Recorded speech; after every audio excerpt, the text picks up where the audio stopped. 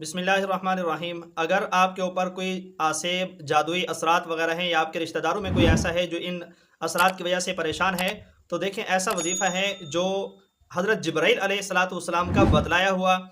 खुद जनाब रसूलुल्लाह सल्लल्लाहु अलैहि वसल्लम पर एक यहूदी लबीद बिन आसम ने जादू किया, तो हज़रत जिब्राइल अलैहिस्सलाम अल्लाह के हुक्म से आप सल्लल्लाहु अलैहि वसल्लम के पास हाज़िर खिदमत हुए और आके अर्ज़ की, अल्लाह के रसूल सल्लल्लाहु अलैहि वसल्लम, आप पर मदीने के एक यहूदी ने जादू किया हुआ है और वो जादू फ़लाँ जगह पे पड़ा है।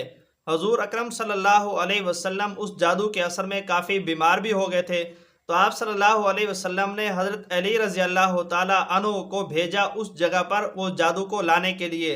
हज़रत अली रज़ी अल्लाह ताला अन्हु वहाँ तशरीफ़ ले गए, तो वो जादू कंघी के दंदानों पर बालों के ज़रिए से 11 गिरें थी उसके ऊपर, और मोम का एक टुकड़ा था जिस पर सुइयाँ चबोई गई थीं। हज़रत अली रज़ी अल्लाह तआला अन्हु को लेकर हज़ूर अक़दस सल्लल्लाहु अलैहि वसल्लम की खिदमत में हाज़िर हुए, तो हज़रत जिब्राइल अलैहिस्सलाम ने अल्लाह तबारक व तआला के हुक्म के मुताबिक हज़ूर अकरम सल्लल्लाहु अलैहि वसल्लम को सूरह फलक और सूरह नास यानी अम्मा पारे की 30वें पारे की आखिरी 2 सूरतें हैं, ये पढ़ने की तलकीन फरमाई। तो हुज़ूर अकरम सल्लल्लाहु अलैहि वसल्लम ये तिलावत करते जा रहे थे।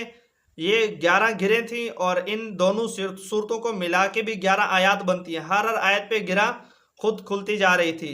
आप इस तरह सही हो गए जैसे कोई बंदा जकड़बंद से खुल जाता है, सही हो जाता है। इसलिए मेरी गुजारिश है कि आप 2 नंबर पीरों के धक्के खाने से बेहतर यह है कि आप कुरान को अपने इलाज का ज़रिया बनाएं। कुरान जो कि अल्लाह का कलाम है, हर बंदा पढ़ सकता है। कुरान मजीद की अपनी एक तासीर है। डॉक्टरों के पास जाएं तो वो कहते हैं कि भाई इसको जिस्मानी बीमारी है, और पीरों के पास जाते हैं तो वो कहते हैं इस पर जो है ना आसेब हैं, असरात हैं वगैरह वगैरह। तो लिहाजा कुरान को ही अपनी शिफा का सबब और ज़रिया बनाएं।